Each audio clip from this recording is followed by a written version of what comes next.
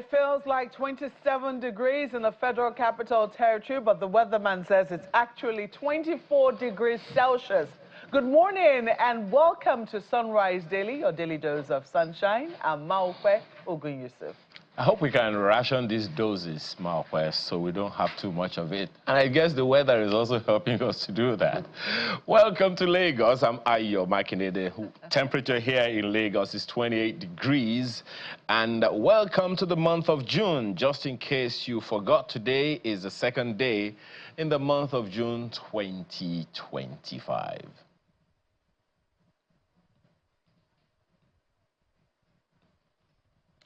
Well, this morning, Ayo, we're going all the way to Kano, where we understand it's about 28 degrees Celsius in the city of Kano, the Midwest, beg your pardon, the northwest region of Nigeria. We're taking you right smack to the city center, where this new infrastructural developments have been made. A very interesting road you see, in the sense that, yes, you can see 4 lanes, but trust me, they're not two going, two coming. Those 4 lanes are going and coming each on one side and going and coming on the other side. I'm saying, when I was looking at the road this morning, I said, this is Kano style. But I'm sure that this has been done for the ease of movement, ease of traffic, and to maybe, because clearly you can see that some adjustments were made to a particular road to make sure that people were easily able to access certain areas. And maybe that's the creativity we see in engineering. But that skyrise you see, that high-rise you see right smack in the middle, is a university named after the famous Maitama Sule, a famous and foremost politician of the First Republic who hails from Kano State.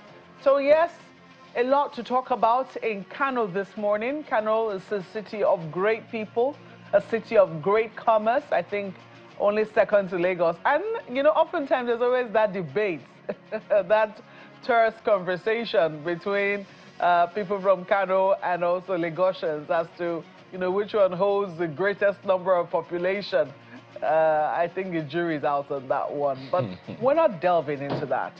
We're delving instead to the general loss that Kano has suffered, and as a result, of course, Nigeria has also suffered. The 22 athletes who lost their lives on their way back from the games, we understand very beautifully organized games in Ogun State. And they were on their way back to Kano, you know, with glory, some of them holding gold medals. We understand about 6 gold medals, 10 silver medals, and a number of bronze medals as well. And 22 of the people traveling in that vehicle were lost.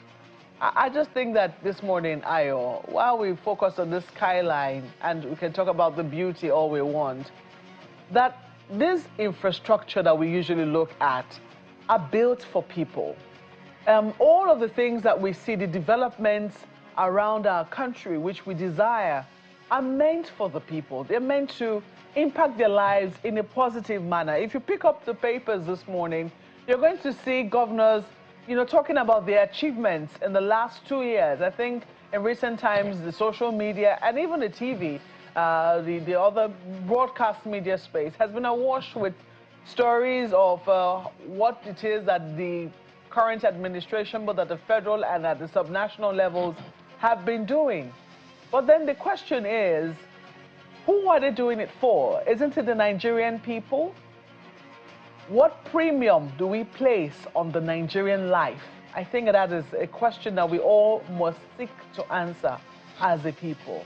Because it is untenable that we lose 22 athletes owing to a road accident, totally avoidable, that we also lose 152 people at the last count to a flood in Mokwa local government area of Niger State.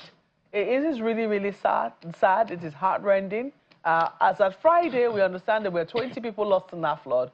But by Saturday, we're told that the figure had since risen to about 152 people.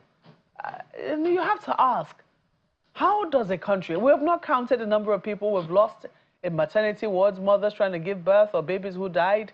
We've not counted people who died owing to illnesses. We've not counted. These are large numbers that just came to us in the news because they were so tragic. 22 people in a road accident, 150 people in a flood that, you know, NEMA had been warning about for a while, and they just died like that, lost their lives in such tragic circumstances. We're looking at close to 200 people just like that.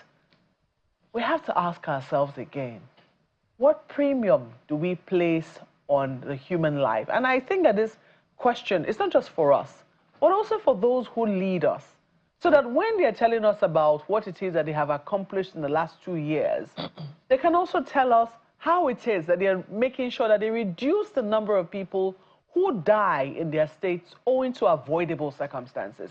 Perhaps we should have a toll like that. Perhaps we should have that sort of count as to what have been the fatalities in my state in the last 1 year.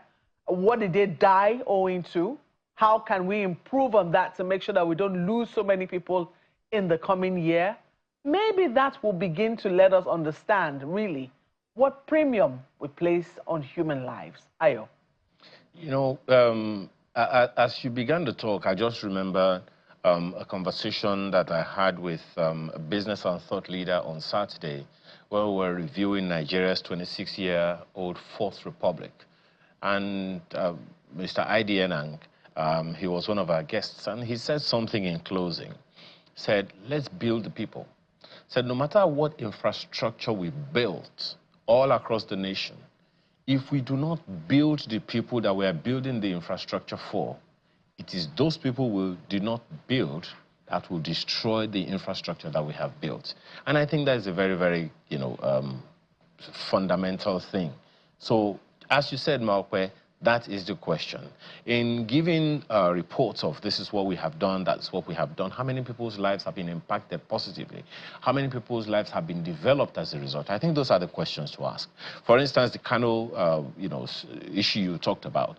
I know, even as we speak, the UN has a decade of action on road safety, and that's been going on since they had to double the decade of safety. I think it started in 2011 until 2021, and they have continued it until another decade. Who is even aware that there is such a thing as a decade of action on road safety? If that was something that was prominent in people's lives, I'm wondering if the kind of situation that happened in Kano would have happened in the first place. Lives lost, destinies perished, and all dreams have capsized. That's for that one. Another thing that you want to also, you know, talk about is, look at what happened in Kano. Every year we have this report from our weather people that, look, this is going to happen, that is going to happen. So governors and state, local governments, they should do the needful to prevent some of these things. These things have always been there. Please, who is taking action? Many times we focus on the federal government, and rightly so. But how about the locals? Because all of these issues, all development, all insecurity, they start from the local government. So what's the conversation going on from there? That's the big question mark.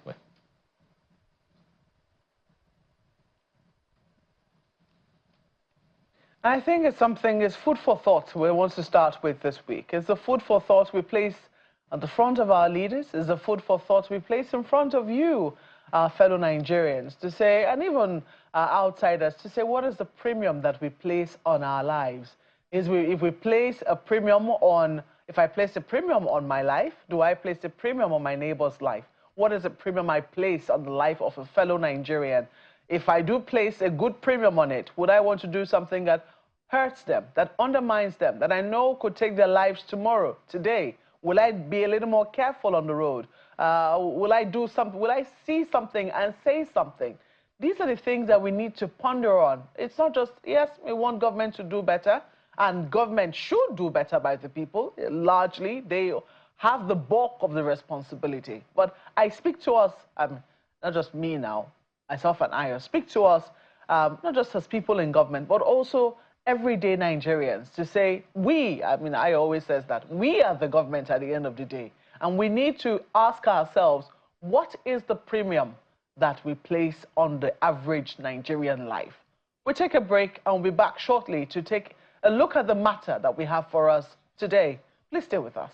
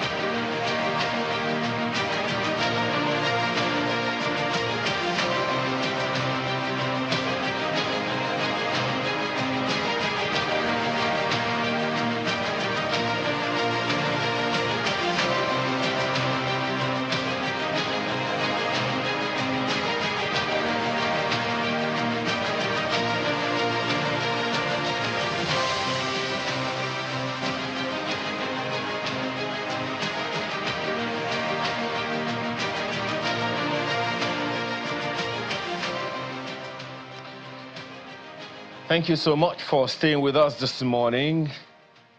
The Nigerian Navy is 69. And I was jokingly telling our guests that Nigeria should actually be calling the Nigerian Navy uncle or brother. But there's a lot has happened over the weekend. For those of you who are not aware, the Nigerian Navy celebrated 69 years with a number of activities, and according to the CNS, low-key. Well, let's hear from him this morning. He joins us, Vice Admiral Emmanuel Ogalla, Chief of Naval Staff. Thank you so much for joining us this morning. Thank you for having me. 69 is not a small number. Yeah. And so I think the congratulations is actually in order. Thank you. How was the celebration? How did it all go? Oh, it was good. Though we intended it to be low-key, but of course, Nigerian Navy, there's nothing you can do that can be low-key. So we ended up doing all that we had to do. The only thing, we spared a few events for next year, which will be our 70th anniversary. We spared some of those events for next year. So it was good. Yeah, but that's not to say, as you said, that the low-key was so low-key that no one noticed. Yes. So some of the activities involved the president? Yes, of course. Okay. But he was represented by the Honorable Minister of State for Defense. Okay. For instance, we commissioned 3 new vessels and 3 new helicopters on Saturday. We also commissioned several other projects. And among other activities, like medical outreach, like the ceremonial sunset, which is a normal thing for us every Navy Day. We did all these events, and it was good. Okay. Yeah. But I'm particularly interested in the fact that the fleet of advanced ships and helicopters were committed to enhance security and promote economic activities along the nation's coasts. Tell us things that Nigerians may not know about what you do, particularly along the coastal lines.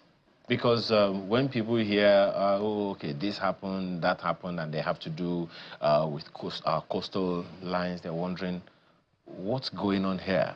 You know, give us an idea of what the Nigerian Navy does, particularly along those coastal lines. Yes, you see, the Nigerian Navy, being, of course, you know, we are a branch of the Armed Forces of the Federal Republic of Nigeria. We have 3 main roles. One is what we call our military roles, which is defense of the nation's territorial integrity and sovereignty, particularly from the maritime domain. Then we have our policing roles, which is what we do in terms of providing those functions that a Coast Guard normally performs in some other countries. And this involves protection of critical national infrastructure, ensuring that there's a conducive environment for businesses to thrive in the maritime environment. Then we also have what we call our diplomatic roles, which is common to all navies in the world. Because when you fly the flag of your nation in other countries, you are somehow projecting your nation in good light. That's what we call diplomatic roles, which we do through flag showing, sailing to other countries, participating in so many activities with other countries to showcase the flag of the Federal Republic of Nigeria. And in doing this, it involves 24 hours commitment to our duties. And some of them, like you said, may not be visible to the public because when you are operating at sea, many people on land do not know that there's anything going on at sea. But we know that that is the role of every Navy, to operate at sea and to operate within the coastal areas and be able to ensure that there's safety of lives and property at sea. And of course, you know that issues of piracy, issues of all other forms of criminalities at sea, these are the areas that we focus on day and night. And I think that we are doing our best in that regard. Absolutely. How bad is the situation, particularly over the past 1 year? Because since you assumed the command of the Nigerian Navy, the fight against oil theft, for instance, has been a huge one. Of course, it will seem that the situation has improved, but that's not to say that the serious issues are still not there. We still hear pockets of conflicts here and there, you know, state governments, discoveries of infrastructure being destroyed and all of that. How bad is it, and what do you think can be done? Yes, it's an ongoing project. Let me call it a project because, you see, the fight against crime is something that has to be ongoing and continuous. But within the past 2 years or thereabouts that I came, there has been some tremendous improvement. Improvement in the sense that most of the activities, we have been able to checkmate them. And that is why there's a drastic reduction in the activities of these illegal refiners.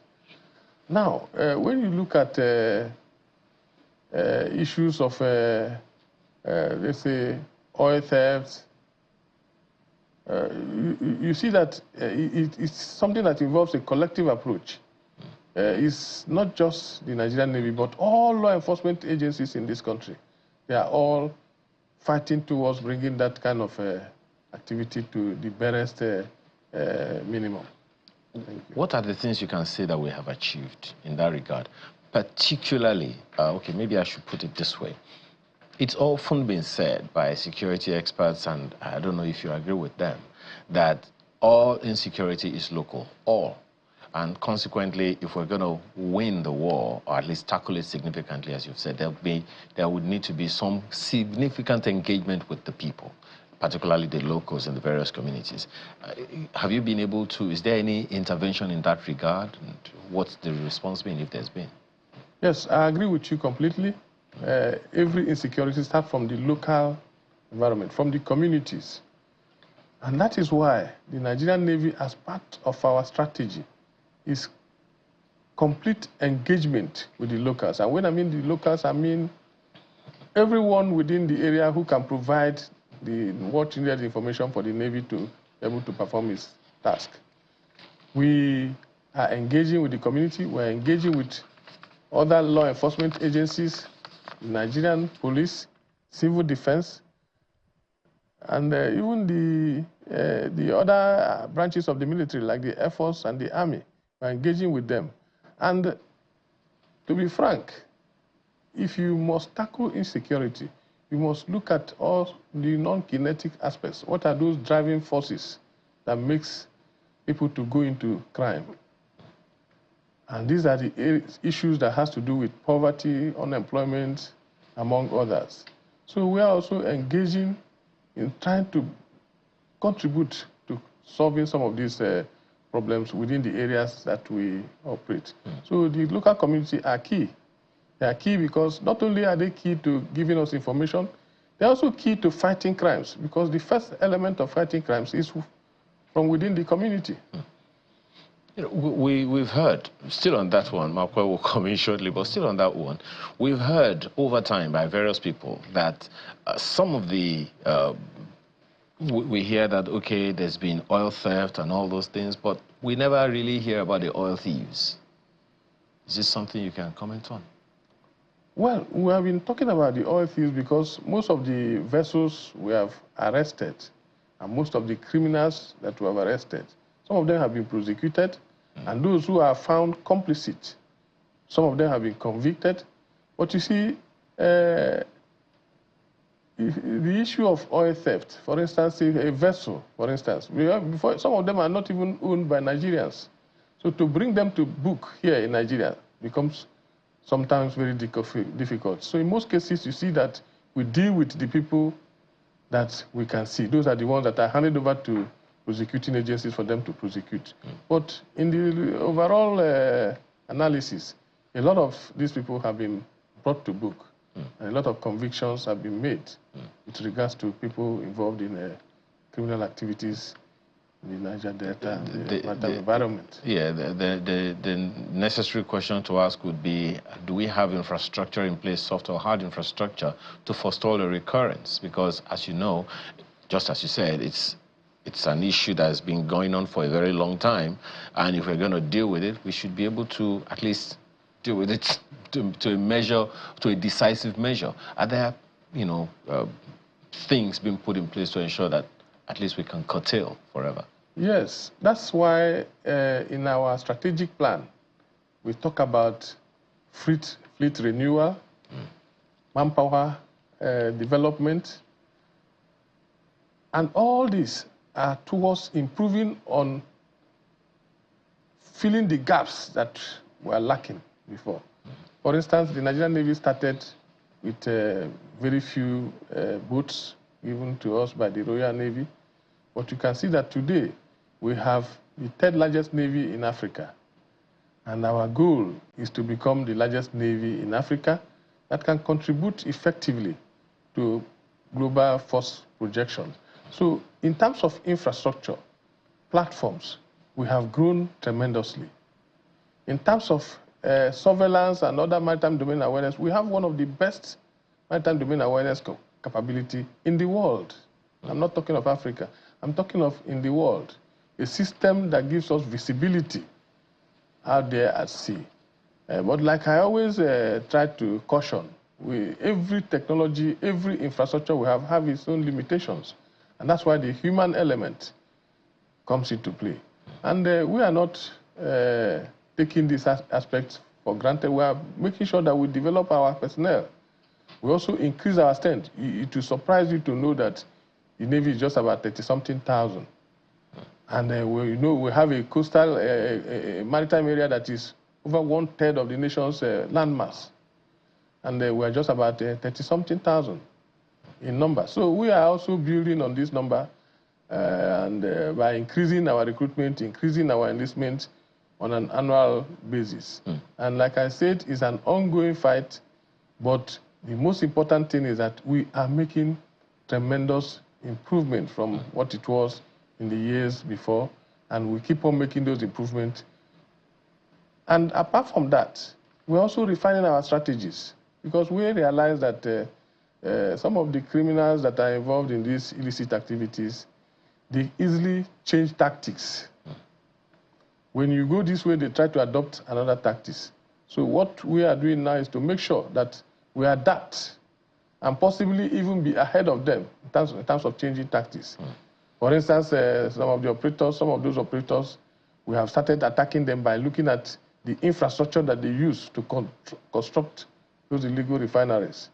So we go to where those things are being produced, and then we arrest them and demobilize them even before they start. Okay. Yeah. The numbers you talked about is quite, I can imagine how troubling that would be and difficult to manage, to do the job that you're expected to do.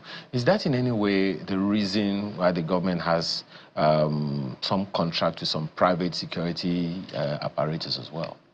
No, that may not be the reason. The fact is that all hands must be on deck for us to be able to achieve this objective, which is a national objective.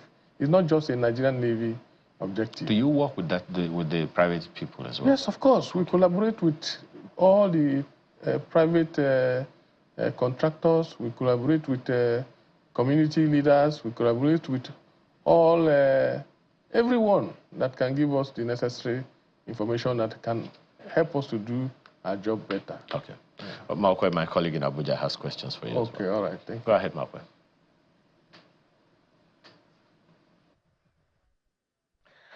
Well, thank you very much, Ayo. It's good to see you, Vice Admiral Ogalla, and congratulations to the Nigerian Navy as it clocks 69. I didn't know that the Nigerian Navy was older than Nigeria itself, I mean, Nigeria's independence, but that's certainly very good to know. You've spoken quite a bit on a number of issues relating to the work that the Nigerian Navy has accomplished under your leadership. And part of it my colleague has brought to the fore, which is this issue of oil theft, which he has started with. And this is very important because President Tinubu did state that part of his, part of the things he wanted to see Nigeria achieve is an increase in the production of crude oil, what it is that we're able to export, which sadly is still only our major forex earner for now. And the Nigerian Navy was saddled with that task, which you seem to have taken on quite fairly. At the time, I think we're teetering around 700,000 barrels per day, but it has since improved a great deal. Some people say sometimes 1.7, 1.8 million barrels per day. You have spoken to collusion. You've said that if anyone is found colluding with criminals, those people will get prosecuted. You've said quite a number of things in that regard, and it seems to be working. You've also spoken to special courts. I think Ayo just asked you about the thieves, how it is that we see these people, these vessels being caught, but rarely do we ever see people being prosecuted, the question which you have now answered. However, you have called for special courts. So my question to you is on special courts. Has this call been taken seriously enough? Do you think it's something that will be realizable in your time as Chief of Naval Staff? Okay, thank you very much for that particular question on special court. Of course, I remember I did say this last year when I came to Channels Television, and I still maintain that if we must make credible progress in terms of the prosecution of criminals involved in oil theft, there may be need for a special court. This is considering the congestion and so many other factors that have to do with the prosecution of maritime criminals. Of course, we have made this presentation to the Honorable Minister of Justice and Attorney General of the Federation. He's looking at it, but you know that they also have their own way of looking at it. Some of those areas that we, on our own part, may not be fully aware. So we have given them enough time to look at it, and if they find it necessary to create special court, I think that will help us. But if it is not created, that does not mean that the Nigerian Navy will not continue to perform its constitutional roles. We'll continue to do our best, and we'll continue to follow the normal processes of prosecution. And we believe that at the end of the day, the most important thing is that we are going to make progress. Thank you.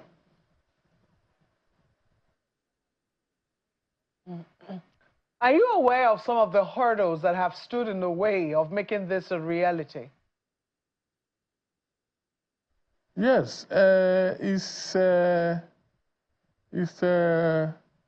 really that there's a problem stopping it from being actualized, but it's just that the details are being fine-tuned by the Ministry of Justice. Like I said, you know, we are a law enforcement, we are a military organization, but when it comes to the aspects of law, it is the responsibility of the Ministry of Justice, and they are looking at the fine details of what need to be done and what need not to be done. And we will always know that they have a better judgment, they have a better understanding of the whole issue, so we'll wait for them. Thank you. Okay, let me take you up on the issue of crude oil theft. I mean, this matter has now been with us for a very long time. And it would seem that the more we crack down on them, the more we see more people emerging to go into that trade. For you, as the head of the Nigerian Navy, Do you think that the Nigerian Navy is reacting to this, or is there a long-term strategy which we see, which we believe can actually bring this to an end? Yes, of course, like you said, the issue of crude oil theft and oil theft have been there for quite a long time. But one thing the public may not know is that it has always been on the decline, particularly since the administration of President Bola Ahmed Tinubu, when he gave us a marching order to ensure that we reduce this issue of crude oil theft.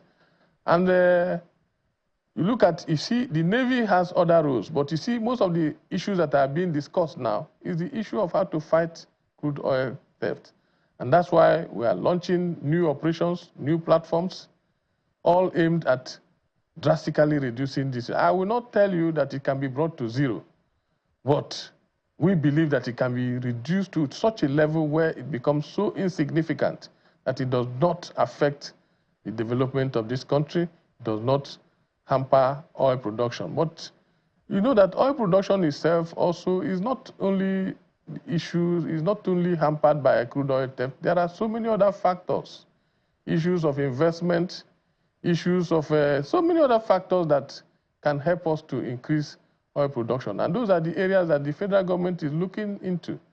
While we, from the security angle, are fighting the issue of reducing theft, they are also looking at so many other factors that can help for us to be able to increase our oil production. So basically, the Nigerian Navy has a plan. And our plan is, one, we have a strategy that will look at issue of surveillance. How are we able to ensure that we monitor the environment in such a way that we can detect these occurrences, even when they are being planned? And that's why the issue of our maritime domain awareness capability comes into play.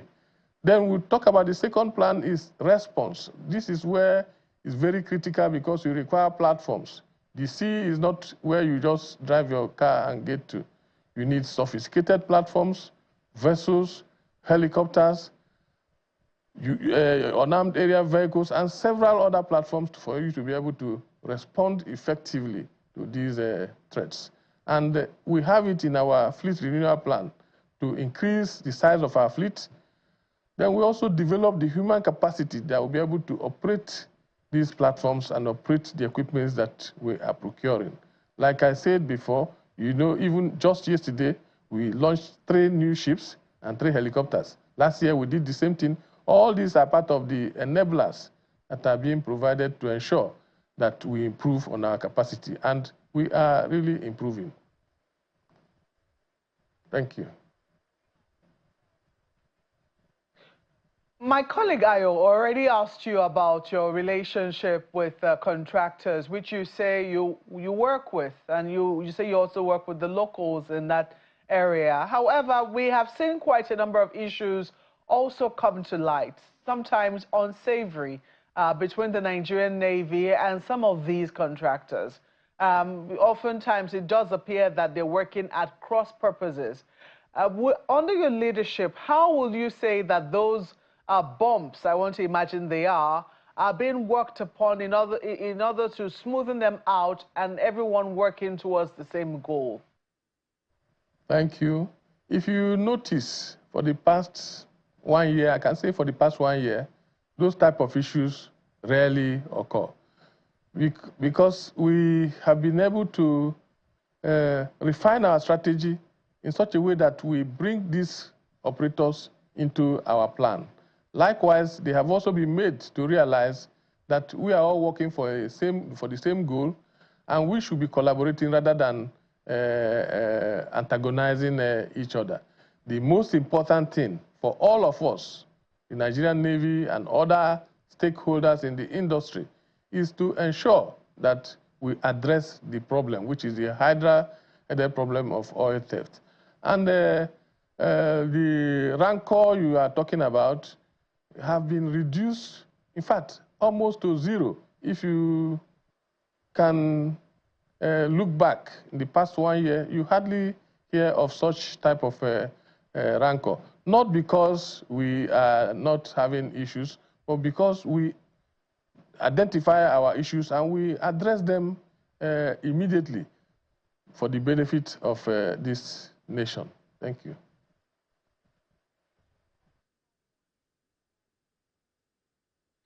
You've issued very strong warnings to those who collude within the Nigerian Navy. You have said there is no room for collusion.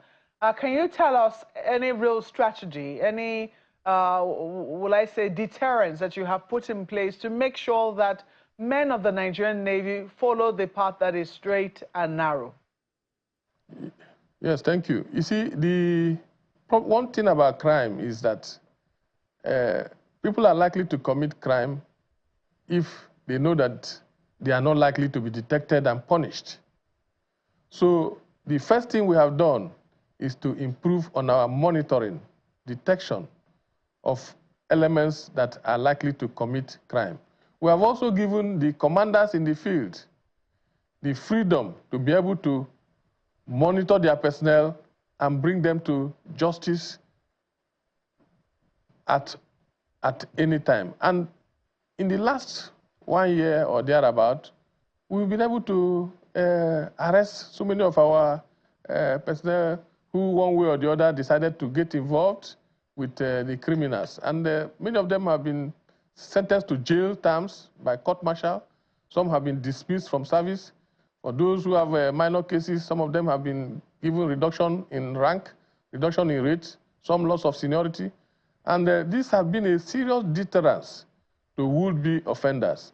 And I can tell you that every year the situation keeps on improving because most personnel know that the possibility of them being caught is almost 90%. Not only because the Nigerian Navy is watching, but the community is watching and sending us reports. Other stakeholders are also watching and sending reports to us about the involvement of our men. So I think it's too risky now for any personnel to make that attempt, because if they do, they are likely to be caught, and the punishment that will be brought to them in line with the Armed Forces Act will not be something that anybody will want to have. Thank you.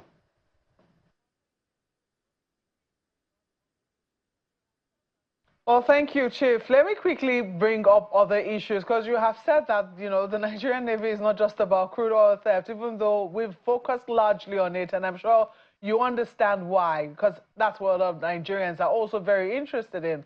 However, you know, our own coast, let's say the Bight of Benin, coast of Guinea, is, you know, has been a piracy hotspot, and that's something that has been a headache for the Nigerian Navy for a while. How would you say the situation now is? Is it a lot better than it used to be? What would you say we've done in that regard to make sure that we rid our waters of pirates? Thank you very much. Like I said, the Nigerian Navy is, of course, we are a regional Navy that have the focus on ensuring that the sea lanes of communication in our region is made safe for international trade. And that's why Nigerian Navy sees the entire Gulf of Guinea as our maritime area of interest. This we do knowing that the sea, of course, the sea is an environment whereby whatever affects your neighbor affects you. The issue of piracy, you remember there was a time where the Nigerian waters was listed as a piracy-prone water. But since 2022, because of the effort of the Nigerian Navy and other law enforcement agencies, Nigeria has been delisted from that piracy list. And we have sustained that up till the moment. Now we have issues of some of these pirates moving into some of other countries. For instance, yesterday, there was a report of a piracy incident in the waters of Sao Tome and Principe. These are the areas that we do not have the freedom to patrol continuously with the way we do in Nigerian waters. But we are also going into collaboration with those countries through the Gulf of Guinea Maritime Task Force and through other regional collaborative engagements to be able to enable us to patrol to the waters of some of these countries that may not actually have the resources to be able to effectively patrol their waters. On our own part, every day we have about 10 ships at sea. Every operational command, the Western Naval Command, the Central Naval Command, and the Eastern Naval Command are to keep at least 2 vessels at sea every day. When I mean vessels, I mean capital ships, while the operational bases are to keep other smaller vessels at sea. So about 10 vessels are at sea every day, and those are the things that are deterring pirates from coming back to our waters. Some may say that they heard that there was an attack on a fishing boat or maybe travelers in Bonny. That's not what we mean by piracy. Those are the areas within the internal waters where law enforcement is the responsibility of not only the Nigerian Navy, but also the Nigerian police. But piracy means attacks on seagoing vessels at sea, that is outside the internal waters. And for that, in that aspect, we have kept Nigerian waters at 0 piracy level since 2022.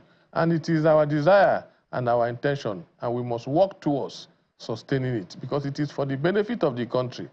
It is for the benefit of maritime trade. It is for the benefit of the Nigerian economy and the economy of the sub-region as a whole. Thank you.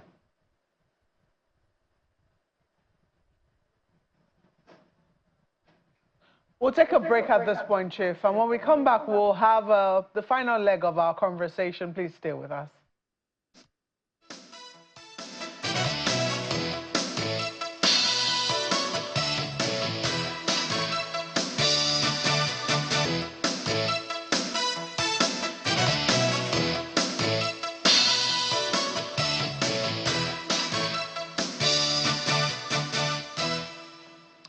Thank you for staying with us. Vice Admiral Emmanuel Ogalla is still here with us, the Chief of Naval Staff. Again, thank you for coming.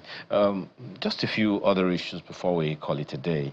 The Nigerian Navy recently signed an agreement with the African Union to provide what they call sea lift for the continent. First of all, what does that mean? And is the Nigerian Army, I beg your pardon, the Nigerian Navy ready, given the numbers that you gave us earlier? Yes, thank you for that. You remember that like I said, the Nigerian Navy is not just, it's a regional navy. Of course, if you look at all the navies in Africa, we are ranked very, very high. And the African Union have identified that we have the capacity to be able to provide sea lift in places where there's emergency, either humanitarian assistance or peace support operations, where you require the movement of large number of men and material. And they've contacted Nigeria to consummate that memorandum of understanding, which was done a few months ago. Now, that memorandum of understanding requires that whenever the African Union needs to move personnel or equipment, either in terms of humanitarian assistance, they can contact the Nigerian Navy to do that.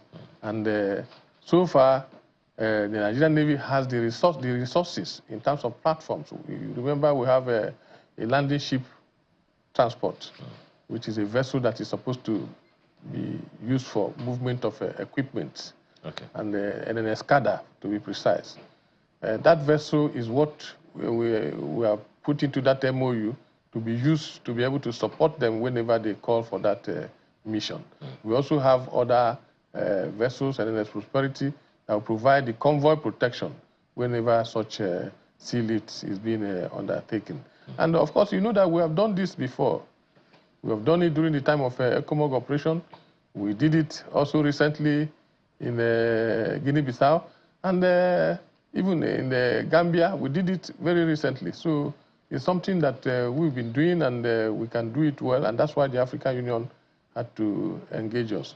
But the first request, we're still awaiting the first request, and for us to be able to carry out the assignment. Thank you. The Nigerian Navy also has plans. You've announced plans to establish a special operations command in Benue State. The first question I asked was, hey, is there a coastline in Makurdi? Of course, we know that there is an inland facility there, but why is that command necessary at this time? Yes, thank you. You know, the Nigerian Navy, like I told you, we have what we call our total spectrum maritime strategy, which identifies our operations to be conducted in 5 spectrums. One of those spectrums is land operation. And this is because the Navy is expected to provide what we call civil aid to military aid to civil authority, and aid to civil power. That's why we are deployed in almost 30 states of the Federation in support of the Army and the police in fighting insecurity. That's why we are deployed in Maiduguri, Lake Chad, the Northwest, Northeast, South, everywhere in that particular role of provision of aid to civil authority. And we identified that because of our very few numbers, that we are having limitations with respect to being able to provide the much needed force. We also have limitations with respect to providing personnel who are adequately trained to fight on land, being that our orientation is maritime based. So the Special Operations Command and the Marines that we're establishing, they're essentially to be able to train people who can fight on land in line with our total spectrum maritime strategy. We're already doing it, but we want to do it better. And why have we chosen Makurdi? Of course, you know the River Benue is a vast expanse of landmass and the insecurity that is taking place in those areas. And also you notice that the elements of that command will not all be in Makurdi. For instance, the Navy base in Lake Chad will be a unit of that command. The Navy base in Shagunu will also be a unit of that command. So many of the units that are fighting on land, for instance, also our Special Boat Service, all those units will be part of the command. So the command is essentially to provide a coordinating framework for all our special forces operations that are supposed to contribute in provision of internal security and civil aid to military aid to civil power. Well, I'm going to have to ask that you commit to coming again real soon. Yes, because a number of other things I would have loved to ask you about, for instance, your quick impact projects and whatever your own perspectives are for the future. But we'll definitely host you some other time, hopefully very soon. Thank you very much. These other issues, particularly as you prepare for the 70th anniversary of the Nigerian Navy. Yes, the 70th anniversary. I told you this year was low-key because we are preparing for the big one next year. And we also want to have so many things that to bring to the table to celebrate that 70th anniversary. Thank you so much for being here with us this morning. Vice Admiral Emmanuel Ogalla is the Chief of Naval Staff. I appreciate your time with us. Thank you very much. And that's the much of the program we can take today. Thank you for being a part of our morning and for allowing us to be a part of yours. I'm Ayo Makinde. Enjoy the rest of your day, your week, and your month.